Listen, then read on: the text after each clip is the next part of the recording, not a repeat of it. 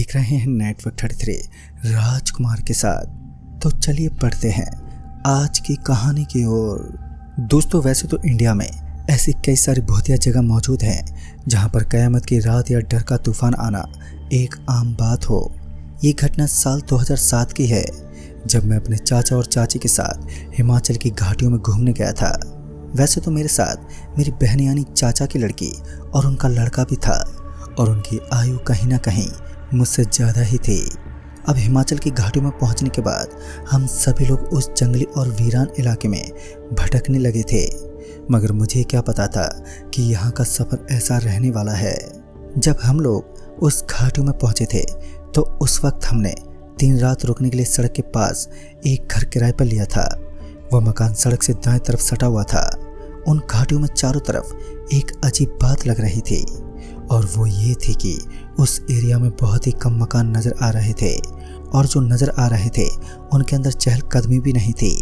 लेकिन हमें इन चीज़ों से कोई ज़्यादा लेना देना नहीं था, जिस कारण हम सभी लोग शाम के 4:30 बजे के आसपास अपने घर से निकले और उन घाटियों के हरे भरे पेड़ों के नीचे हम टहलने लगे। घूमते घूमते मेरे चाचा का लड़का एकदम से चिल्ला उठा और बोला, अरे वो देखो, उस पेड़ के ऊपर वो क्या है जिसके 2 बड़े बड़े सींग हैं और उसकी आंखें भी एकदम लाल हैं। इतना सुनते ही हम सभी लोग उसके पास पहुंचे तो वहां पर कोई भी मौजूद नहीं था। फिर हमें लगा शायद हमारे साथ कोई बड़ा मजाक हुआ है, और यही सोचकर हमने इस बात को ध्यान से निकाल दिया। वक्त बीतता जा रहा था और हिमाचल की घाटियों में ठंडी भी लगातार बढ़ती ही जा रही थी। जैसे जैसे शाम ढल रही थी वैसे वैसे सर्दी और भी विकराल रूप धारण करने लगी। उस समय उस जोरदार सन्नाटे के बीच हमारे चाचा ने तुरंत वहां से निकलने का इशारा किया। चाचा को इस तरह वहां से निकलता देख हमें कुछ समझ ही नहीं आया। फिर हम उनके पीछे पीछे चल दिए, और तभी हमें अपने सामने की तरफ से एक औरत अपनी ओर आती हुई नजर आई। उस औरत के सर पर लकड़ियों का एक बड़ा सा बंडल था। सबसे पहले तो वो हम सभी का मुंह ताकने लगी, और मैं भी लगातार उसे ही घूरने लगा। फिर वो औरत एक धीमी और मंद आवाज में बोली, साहब जी, आप इस जगह पर नए हो क्या? इतना सुनते ही मेरे चाचा एकदम से बोल उठे, हाँ, मगर आप यहीं के निवासी हो क्या? उसके बाद उस औरत ने कहा, आप जिस जगह पर पहुंचे हैं वह बिल्कुल भी सही नहीं है, तो जितना जल्दी हो सके यहाँ से निकल जाइए। मगर एक तरफ मेरे चाचा और हम सभी को अभी तक यहाँ पर काफ़ी एंजॉय करना था। हम उसकी बातों को गहराई से जानने की कोशिश करने लगे, लेकिन वो महिला वहाँ से निकल चुकी थी। मेरे चाचा का चेहरा थोड़ा डरा हुआ सा लग रहा था। उनके चेहरे को देखने के बाद ये पता लगाना बेहद आसान था कि वह किसी चीज़ को लेकर आज काफ़ी भयभीत हो रहे हैं। फिर मेरी चाची और मेरे चाचा तुरंत ही वहाँ से निकलते हुए घर में दाखिल हुए, और घर में पहुँचने के बाद सबसे पहले खाना परोसा गया। इस वक्त हम उस औरत की सारी बातों को नज़रअंदाज कर चुके थे, क्योंकि जहाँ तक मुझे लग रहा था शायद यहाँ के लोग थोड़े अंधविश्वासी टाइप के होते हैं, जिस वजह से उनके द्वारा इस तरीके की बातें करना एक सामान्य सी बात ही होगी।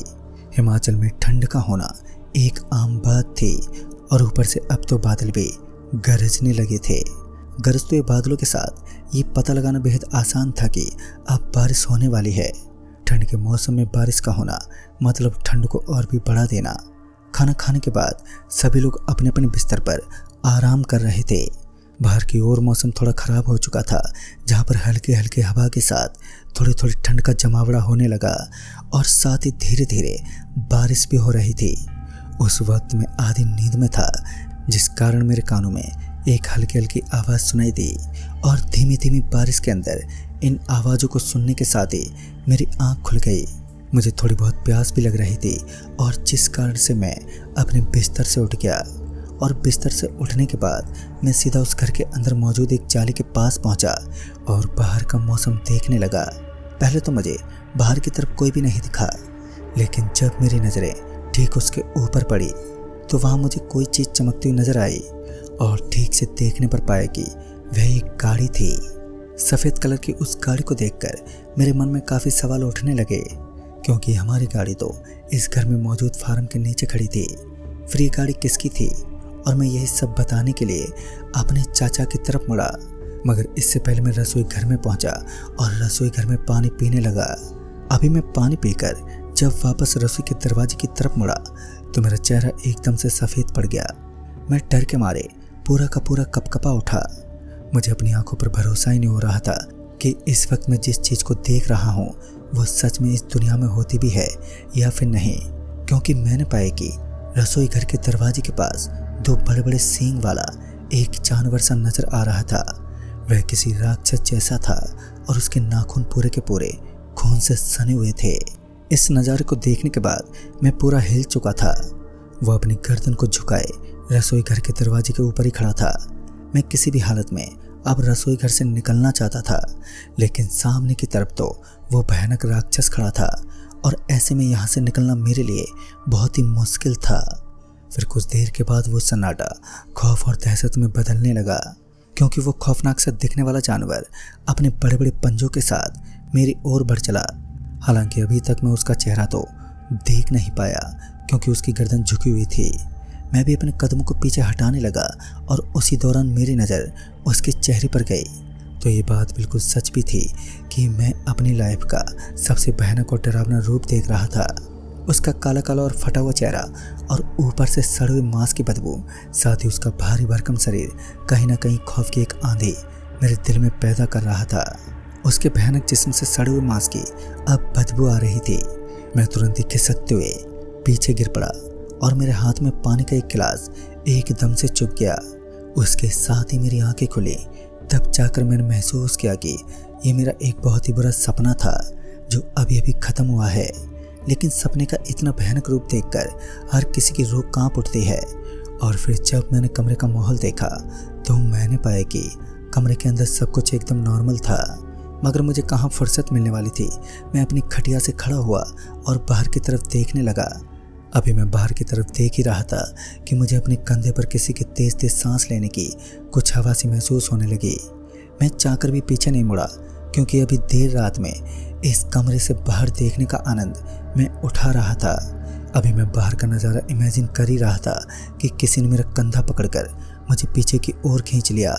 अब तो मैं डर के मारे दहल उठा, क्योंकि कहीं ना कहीं उस सपने की वजह से मेरे दिल में एक खौफ बना हुआ था कि कहीं मेरे ऊपर किसी राक्षस का साया तो नहीं। तभी मुझे आवाज़ आई, अरे तू इतनी रात को खिड़की से क्या देख रहा है? मेरे चाचा मेरे ऊपर भड़क चुके थे। अब मुझे भी नहीं पता कि वह इतने ज़ोर का गुस्सा क्यों दिखा रहे थे, क्योंकि उस समय वो अपना सारा गुस्सा मेरे ऊपर ही उतार रहे थे। उन्होंने मुझे इतना बोलकर बिस्तर पर लिटा दिया कि इस वक्त रात के 1 बज रहे हैं और इतनी रात को घर से बाहर देखना बिल्कुल भी ठीक नहीं है। मैं अपने चाचा के मुंह से इस तरीके की बातें पहली बार सुन रहा था, क्योंकि ये पहली बार था जब मेरे चाचा मेरे साथ किसी प्रेत से डरने या घबराने की बातचीत कर रहे थे। हालांकि ये सब मेरी सोच थी। फिर उस रात मैं वापस सो गया और सुबह होते ही जब चाची चाय का गरम गरम कप लेकर पहुंची तब ठीक से मेरी नींद उड़ गई और मैं चाय की चुस्कियां लेता हुआ बाहर टहलने लगा। आज की सुबह मेरे लिए सच में बेकार ही साबित हुई।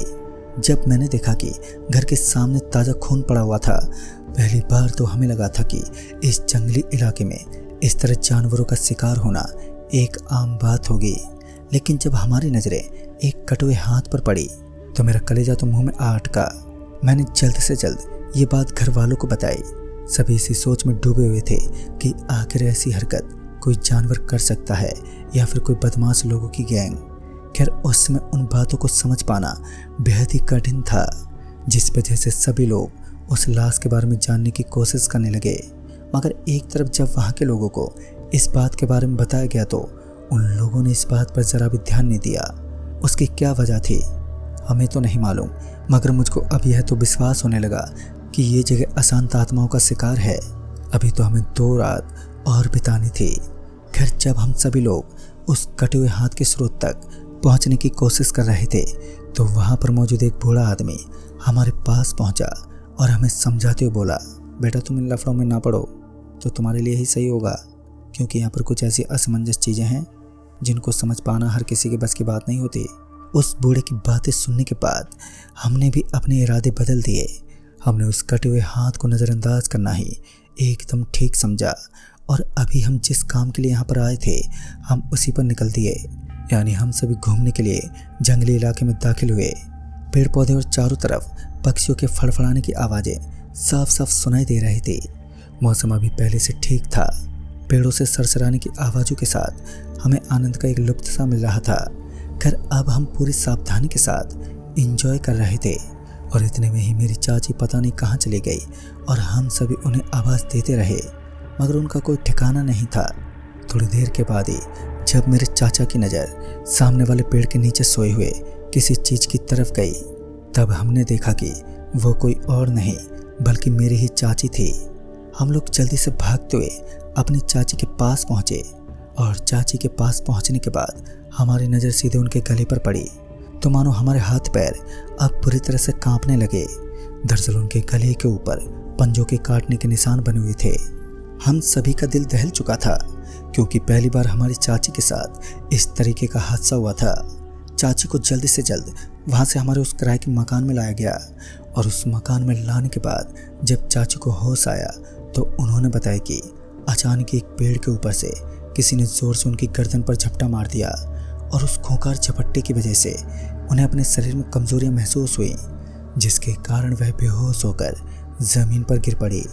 दोस्तों इस तरीके के छोटे हादसे होना भले ही एक आम बात हो लेकिन हमारे लिए अब यह दहशत बन चुकी थी।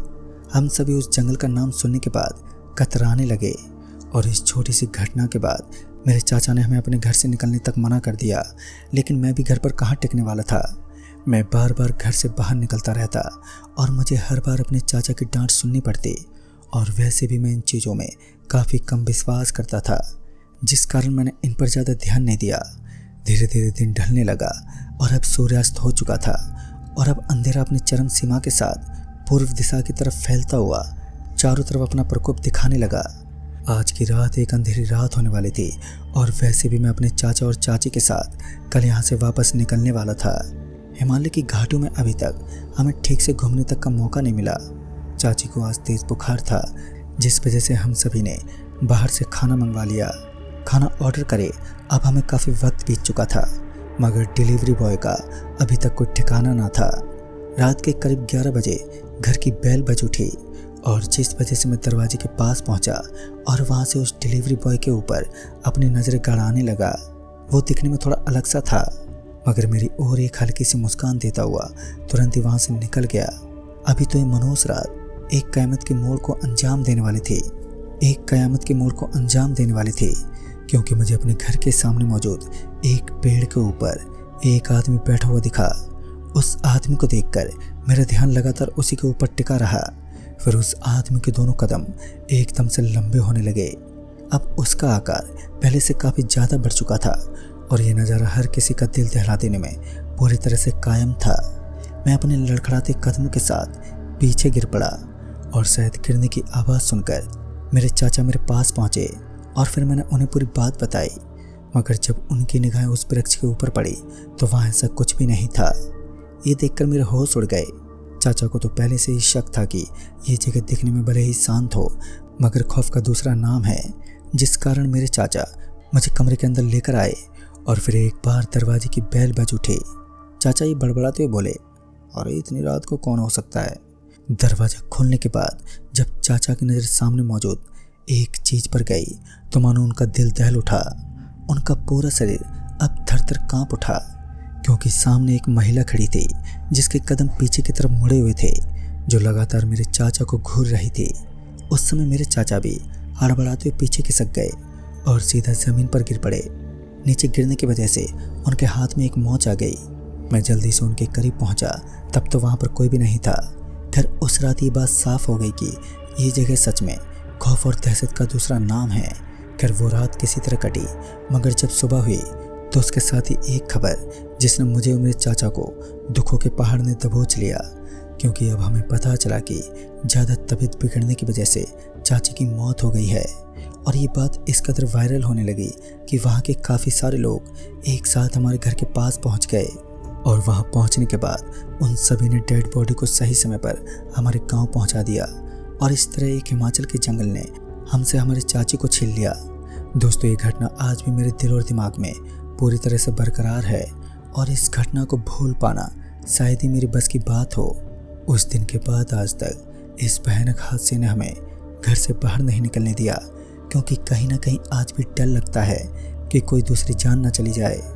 तो दोस्तों इस कहानी में बस इतना ही। तब तक के लिए बाय एंड टेक केयर।